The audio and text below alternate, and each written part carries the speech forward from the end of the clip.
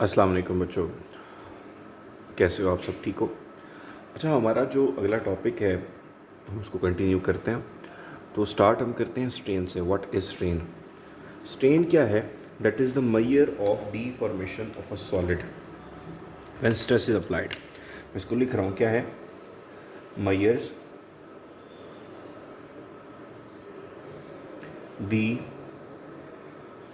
deformation when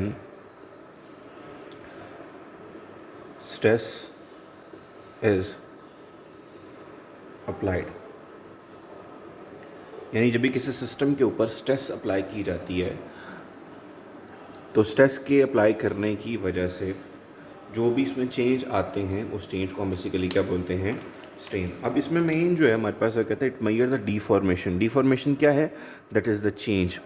अब इस change को हम कैसे कैलकुलेट करेंगे उसको देख सकते हैं।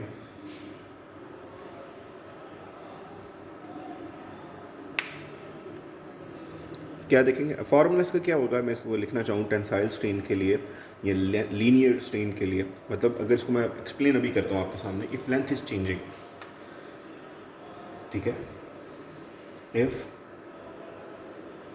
लेंथ इज चेंजिंग, अगर किसी सिस्टम की लेंथ चेंज हो रही है तो स्ट्रेन का फॉर्मूला क्या होगा? Strain will be equal to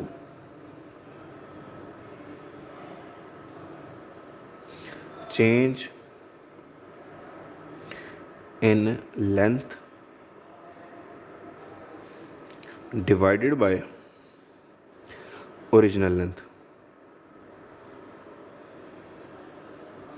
for example, आपके पास एक स्प्रिंग है,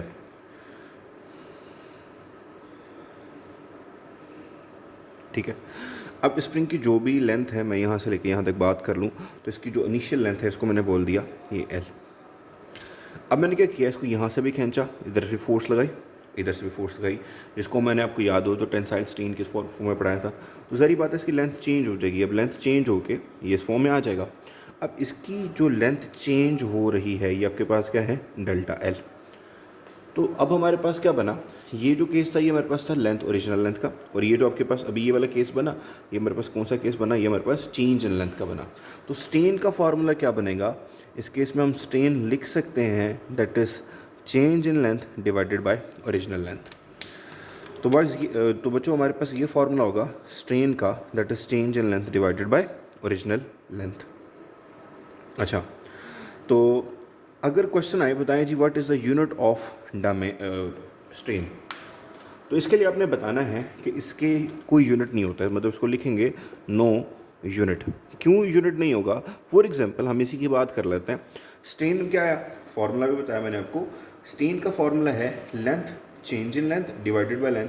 तो लेंथ का यूनिट है मीटर, चेंज इन लेंथ का भी यूनिट मीटर है, लेंथ का यूनिट भी मीटर है। तो मीटर हमारे पास, इसके बाद हमारे पास कोई यूनिट नहीं बचते। तो इसको हम क्या बोलेंगे? That is dimension less.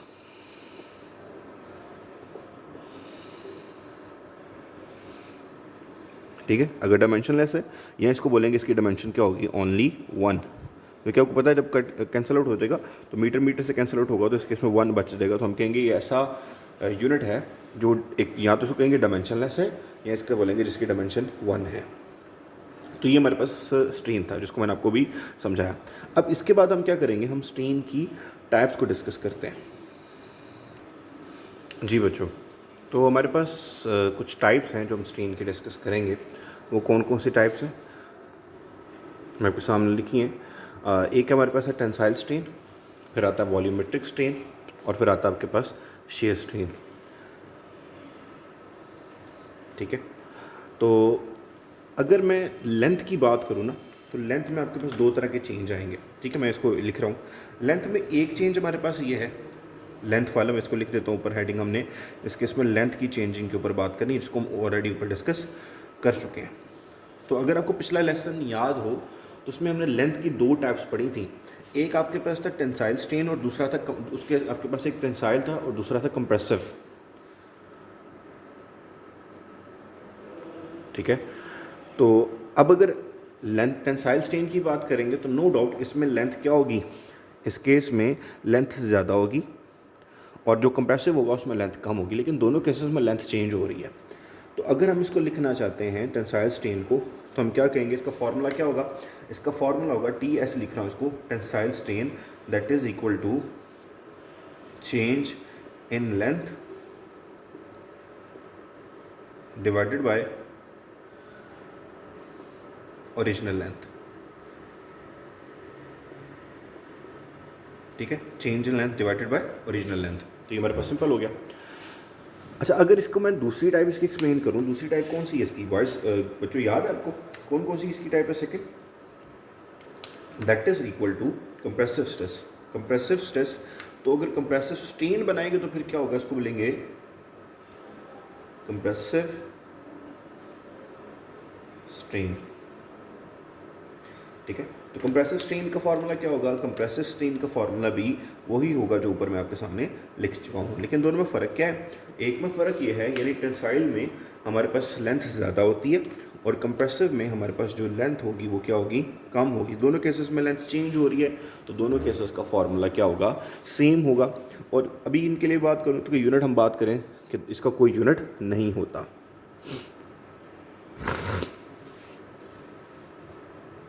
अच्छा, और वॉल्यूमेट्रिक की बात करें तो इसको हम कैसे एक्सप्लेन करेंगे, तो वॉल्यूमेट्रिक स्ट्रेन को मैं लिख रहा हूँ VS that is equal to change in volume divided by original volume. ठीक है, तो ये वही फार्मूला। ठीक है, अब आपके पास क्या है, मिसाल के तौर पे एक आपके पास कोई क्यूब है, आपने इस क्यूब के ऊपर क्या लगाया, इधर से भी फोर्स लगाई, इधर से फोर्स लगाई, इधर से फोर्स लगाई, इधर से फोर्स लगाई, तो इसका वॉल्यूम चेंज हो जाएगा। अब पहले इसका जो वॉल्यूम इसको क्या देता हूँ, लेट्स सपोज V है, बाद में आपके पास क्या होगा, दैट इज डेल्टा V। तो अगर हम इसका वॉल्यूमेट्रिक स्ट्रेन लिखना चाहेंगे तो मतलब VS क्या होगा, that is equal to change in volume divided by original volume. तो इसका फार्मूला बन जाएगा। ठीक है, तो फार्मूला इसका भी वही है, इसका भी वही है, इसका वही है। इसमें क्या चेंज होगा, इसमें लेंथ चेंज होगी, इसमें वॉल्यूम चेंज होगा, और ये हमारे पास क्या है, दैट इज शेप। ठीक है, तो शेप में हमारे पास क्या है, that is equal to, shear को हम क्या बोलते हैं, that is change in shape. तो इसको कैसे लिखेंगे, ये ज़रा कुछ समझने वाली बात है। इसको हम कैसे लिखेंगे, फॉर एग्जाम्पल मैं 3 डायमेंशन नहीं बना रहा, समझाने के लिए इसको 2 डायमेंशन ही रख रहा हूँ कि फॉर एग्जाम्पल ये हमारे पास एक क्यूब है जिसको फ्रंट से देख रहे हैं। ठीक है, हो सकता है इसके रिलेटेड कुछ बच्चों को क्वेश्चन हो पिछले टॉपिक्स में कि शेप का चेंज कैसे आएगा। तो मैंने आपको जूते वाली एग्जांपल दी थी कि जूते का डिब्बा जो होता है ना, उसको साइड पर अगर आप फोर्स लगाएं तो फोर्स लगाने की वजह से ना थोड़ी चेंज आ जाता है उसमें चेंज आएगा ना थोड़ा सा। अब ये चेंज क्या है, बेसिकली ये एंगल थीटा है और ये बेसिकली हमारे पास क्या है, चेंज इन शेप। तो अब इस केस में इसका फार्मूला क्या होगा, ये ज़रा समझने वाला है। इस केस में हम इसको कैसे एक्सप्लेन करते हैं, इसको हम जो टर्म बनती है इसको गैमा की फॉर्म एक्सप्लेन करते हैं। ये हमारे पास अगर ए साइड थी, पहले हमने जब फोर्स लगाई तो फोर्स लगाने के बाद ये जो साइड चेंज हुई है, ये साइड हमारे पास कितनी है, दैट इज़ ए। तो इस केस में बच्चों फार्मूला क्या बनेगा, हम इसको जो भी स्ट्रेन होगी ना, शेड स्ट्रेन को गैमा से रिप्रेजेंट करते हैं, तो गैमा किसके इक्वल होगा, that is equal to change in shape delta theta divided by sorry ये गैमा किसके इक्वल होगा, that is equal to change in length divided by length. लेकिन अब इस केस में आपके पास एक पूरा क्यूब था, अब इस केस में पूरा क्यूब है, तो कैसे इसको ज़हन में रखेंगे कि आपको पता होगा कि थीटा के सामने आपके पास होता है परपेंडिकुलर, ये वाला हमारे पास क्या होता है, बेस। तो मतलब ये हमारे पास किसको रिप्रेजेंट करता है, बेस को, और ये किसको रिप्रेजेंट करता है, सॉरी ए किसको रिप्रेजेंट कर रहा है,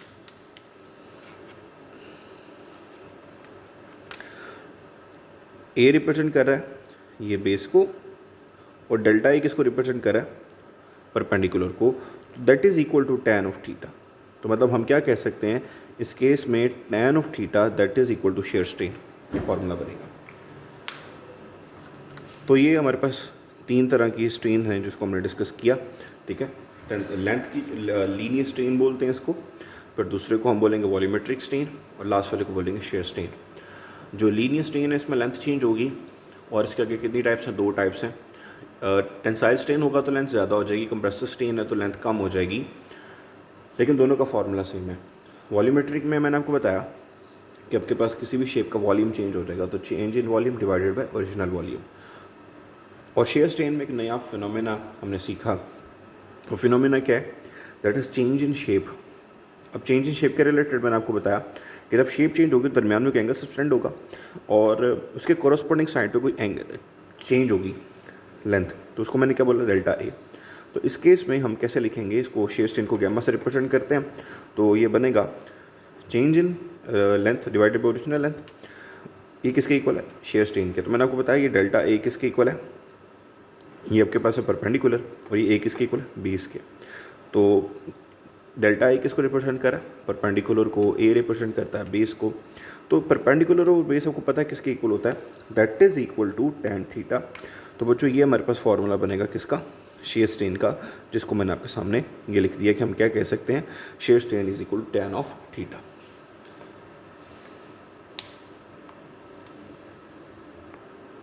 जी बच्चों, हमारा अगला टॉपिक है इलास्टिक मॉडुलस। ठीक है, इसका एक और नाम भी है, इसको बोलते हैं मॉडुलस ऑफ इलास्टिसिटी। क्या बोलते हैं इसको, मॉडुलस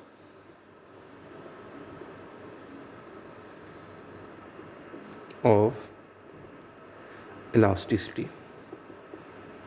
अच्छा, आगे डिस्कस करने से पहले हम पहले ये समझ लें कि इलास्टिसिटी होता क्या है, क्या होगा इलास्टिसिटी, इसके ऊपर थोड़ी बात करनी है मैंने अभी।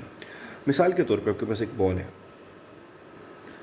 आपने क्या किया, इस बॉल को स्क्वीज़ किया, दबाया, ठीक है, तो आपने क्या किया, इसको हर साइड से फोर्स लगाई, मतलब एक बॉल है उसको आपने हाथ में मूव करा, तो अब इसकी शेप चेंज हो जाएगी। मैं इसको मिसाल के तौर पे कहता हूँ, इसकी जो शेप चेंज होगी ना, फॉर एग्जांपल वो ये शेप चेंज हो जाएगी ऐसे, फॉर एग्जांपल तो इस बॉल की शेप चेंज होगी, ये बन गई फॉर एग्जांपल।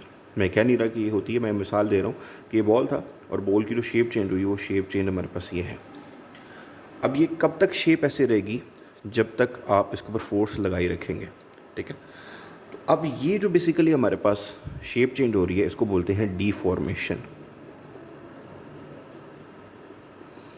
क्या बोलते हैं इसको, डीफॉर्मेशन। अब इसका नो डाउट वॉल्यूम चेंज हो गया तो इसको वॉल्यूमेट्रिक डीफॉर्मेशन बोलेंगे। अब इसकी स्ट्रेस को बोलेंगे वॉल्यूमेट्रिक स्ट्रेस, और जो इसके ओवरऑल चेंज आया ओरिजिनल वॉल्यूम के लिहाज से उसको बोलेंगे वॉल्यूमेट्रिक स्ट्रेन। अब जिस फोर्स की वजह से इसमें चेंजिंग आई, उस फोर्स को हम क्या बोलेंगे, that is called as deforming force.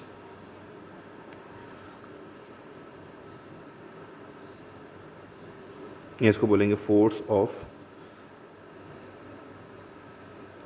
Deformation.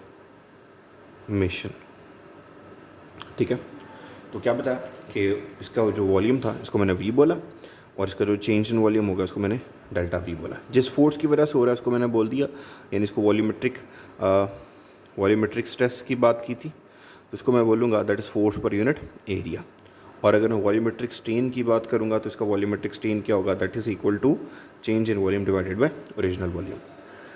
अभी तक मैंने क्या बताया कि बॉडी डीफॉर्म हो चुकी है, तो जो अभी डीफॉर्म हुई है इसको क्या बोलेंगे, डीफॉर्मेशन। और आपको नज़र आ रहा है किसी फोर्स की वजह से हो रही है, इसको बोलेंगे डीफॉर्मिंग फोर्स या फोर्स ऑफ डीफॉर्मेशन। अब ऐसा करें, आप इन फोर्सेस को रिमूव करते हैं। जब आप इन फोर्सेस को रिमूव करेंगे ना, तो ये क्या करेगा, ये ओरिजिनल शेप को दोबारा गेन कर लेगा। कब, जब फोर्सेस को हम क्या करेंगे, रिमूव कर देंगे। तो इसने क्या किया, इसको अपनी ओरिजिनल शेप को वापस गेन कर लिया। तो कोई भी शेप जब फोर्स को डीफॉर्मेशन फोर्स को रिमूव करने के बाद अपनी ओरिजिनल शेप को दोबारा गेन कर सकती है, इसको बोलते हैं इलास्टिसिटी। ठीक होगी बात। तो ये हमारे पास कौन सी फॉर्म है, ये हमारे पास डीफॉर्मेशन वाली फॉर्म है, ठीक है। और ये हमारे पास कौन सी फॉर्म थी, ये हमारे पास थी ओरिजिनल फॉर्म। तो हमने क्या किया था, जब फोर्स अप्लाई की थी, तो फोर्स अप्लाई करने के बाद जो हमारे पास केस बना था, फॉर एग्जांपल ये जिसका वॉल्यूम चेंज हो चुका, हमने जिस वक्त फोर्स को रिमूव किया तो उसने अपनी ओरिजिनल शेप को दोबारा गेन कर लिया। तो जब कोई भी बॉडी डीफॉर्मेशन फोर्स को रिमूव करने के बाद अपनी ओरिजिनल शेप को दोबारा रीगेन कर लेती है, इसको क्या बोलते हैं, that is called as elasticity. और इसके अलावा एक कुछ सब्सटेंसेस हैं, मतलब यहाँ समझ आ गया, बॉल है ये अपनी शेप को ओरिजिनल दोबारा गेन कर सकता है, स्प्रिंग को अगर आप इलोंगेट करें तो दोबारा ओरिजिनल शेप में वापस आ सकता है, ठीक है। इसके अलावा स्पंज है, रबर बैंड है, तो ये अपनी ओरिजिनल शेप में वापस आ जाते हैं। और कुछ मटेरियल ऐसे होते हैं जो अपनी ओरिजिनल शेप को दोबारा रीगेन नहीं करते, ठीक है। मतलब ये कि आपने क्या किया, उसको एक मरतबा डिफॉर्म किया तो वो कभी भी अपनी ओरिजिनल शेप में वापस नहीं जाते। तो ऐसे मटेरियल को हम क्या बोलते हैं, इस ऐसे फिनोमेना को हम क्या बोलते हैं, that is called as plasticity. और ऐसे मटीरियल्स को हम बोलते हैं, these are called as plastics. इस तरह आपके पास आयरन की एग्जांपल इसके ज़हन में रख सकते हैं कि आपने क्या किया कि जब आयरन को बेंड करेंगे तो आयरन कभी भी अपने शेप को रीगेन नहीं कर सकता, तो हम क्या बोलेंगे, दीज आर कॉल्ड एज। अच्छा, इसको हम ना मज़ीद आगे डिस्कस करेंगे, इसको मैं फ़िलहाल यहाँ तक स्टॉप कर रहा हूँ। तो मैं सिर्फ ये कह रहा हूँ कि अगर कोई भी सिस्टम अपने ओरिजिनल शेप को रीगेन कर सकता है जब फोर्स हटाई जाए, तो उस प्रॉपर्टी को क्या बोलेंगे, इलास्टिसिटी। और वो अगर ओरिजिनल शेप को रीगेन ना करे, these are called as, that is called as plasticity. अच्छा, इधर तक रखता हूँ। जो प्लास्टिसिटी वाला टॉपिक है ना, कि प्लास्टिक मटेरियल्स कौन से होंगे, इसको हम दोबारा आगे डिस्कस करेंगे। जिसको हम ब्रिटल सब्सटेंसेस और डक्टाइल सब्सटेंसेस या मैलिएबल सब्सटेंसेस बोलते हैं, इसको मैं बाद में जाके एक्सप्लेन करूँगा, ठीक है। तो अभी सिर्फ मैंने इलास्टिसिटी को एक्सप्लेन किया कि इलास्टिक मटेरियल वो होंगे जो डिफॉर्मेशन के बाद उनकी शेप को रीगेन कर सकते हैं, और प्लास्टिसिटी क्या होगा, वो प्रॉपर्टीज़ की वजह से वो ओरिजिनल शेप वापस गेन ना करे। जी, तो हम कुछ बात कर लेते हैं ये मॉडुलस ऑफ इलास्टिसिटी के ऊपर। What is modulus of elasticity? That is the ratio of stress to strain, ठीक है। तो हमारे पास जो भी मॉडुलस ऑफ इलास्टिसिटी है, मतलब modulus of elasticity that is equal to stress divided by strain. इसके यूनिट्स क्या होंगे मॉडुलस ऑफ इलास्टिसिटी के, ठीक है। हमें पता है स्ट्रेस के यूनिट होते हैं न्यूटन पर मीटर स्क्वायर, क्योंकि आपको पता है स्ट्रेस का फॉर्मूला क्या है, stress is equal to force per unit area. तो फोर्स के यूनिट होते हैं न्यूटन, एरिया के यूनिट होता है मीटर स्क्वायर। और स्ट्रेन के लिए मैंने आपको बताया कि इसका यूनिट क्या, डायमेंशन क्या होती है, 1 होती है। इसका यूनिट भी क्या होगा, 1 होगा। क्यों 1 होता है, अभी बताया मैंने आपको कि metre divided by metre cancel out हो जाएगा, तो उसके इसमें आंसर आपके पास 1 बचेगा। या हम बोलेंगे नो यूनिट, या इसको बोलेंगे 1। तो इस केस में जो इसका वापस बचेगा तो हम इसको लिखेंगे न्यूटन पर मीटर स्क्वायर। तो ये इसके यूनिट्स बनेंगे।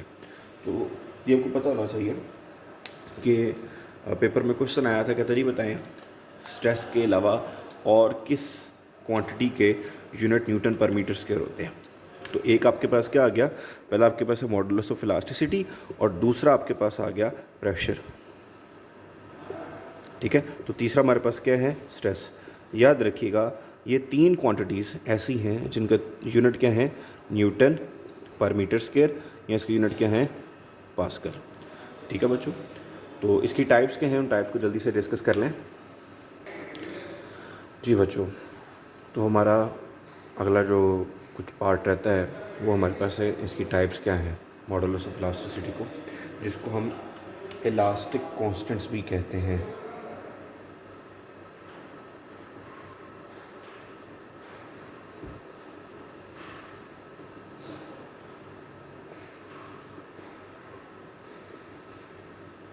ठीक है, तो मॉडुलस ऑफ इलास्टिसिटी या इलास्टिक मॉडुलस या इलास्टिक कांस्टेंट, ये एक ही चीज़ के डिफरेंट नाम है। अब आता है इसकी टाइप्स के ऊपर। जब हम यंग मॉडुलस को डिस्कस करेंगे ना, तो यंग मॉडुलस को हम जो डोनेट करते हैं वाई से रिप्रेजेंट करते हैं, जो बल्क मॉडुलस को हम के से रिप्रेजेंट करते हैं, और जो शेयर मॉडुलस होता है उसको जी से रिप्रेजेंट करते हैं। अब यंग मॉडुलस क्या है, यंग मॉडुलस क्या होगा, that is the ratio of, क्या होगा, that is share, sorry, that is the ratio of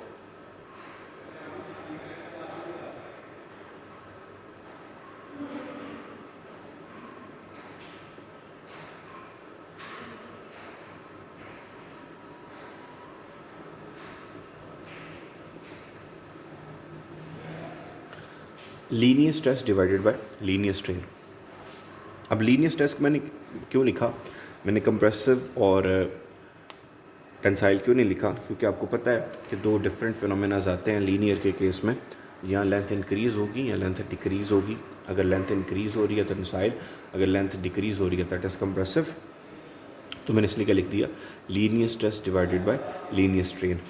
तो इसका फार्मूला क्या बनेगा, इसका फार्मूला बनेगा y is equal to stress का formula that is force per unit area, और स्ट्रेन का फार्मूला क्या बनेगा, स्ट्रेन का फार्मूला बनेगा change in length divided by original length.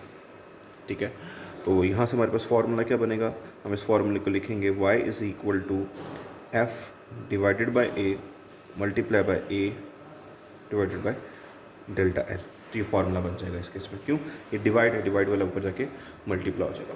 तो यंग मॉडुलस का जो फार्मूला बना वो ये बना। अगर हम लेंथ को डिस्कस कर रहे हैं तो लेंथ के लिए जो इलास्टिक कांस्टेंट होगा उसको हम क्या बोलेंगे, यंग मॉडुलस। बल्क मॉडुलस की बात करूं तो बल्क मॉडुलस को हम किससे रिप्रेजेंट करते हैं, के के साथ। तो इस केस में हमारे पास क्या होगा, volumetric stress divided bye volumetric strain.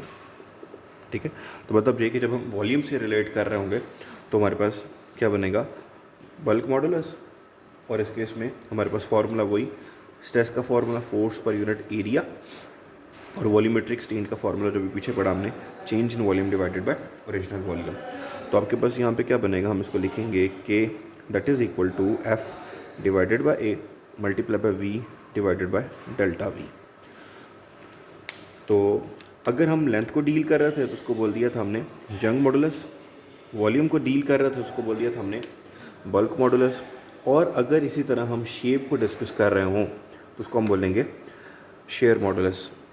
तो इसका फार्मूला क्या बनेगा, वही फार्मूला है force per unit area divided by tan theta.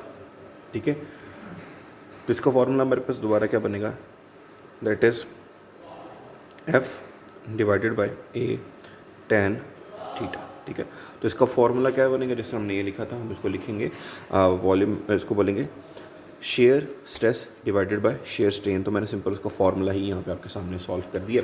तो हमारे पास तीन तरह के मॉडुलस अवेलेबल हैं, यंग, बल्क और शेयर। अगर लेंथ चेंज हो जाए, अब उसमें टेंसाइल भी आ सकता है, उसमें कंप्रेसिव भी आ सकता है, तो यंग मॉडुलस होगा, और अगर उसमें वॉल्यूम चेंज हो जाए तो उसको बोलेंगे बल्क मॉडुलस, और उसमें अगर शेप चेंज हो रहा है उसको बोलेंगे हम शेयर मॉडुलस।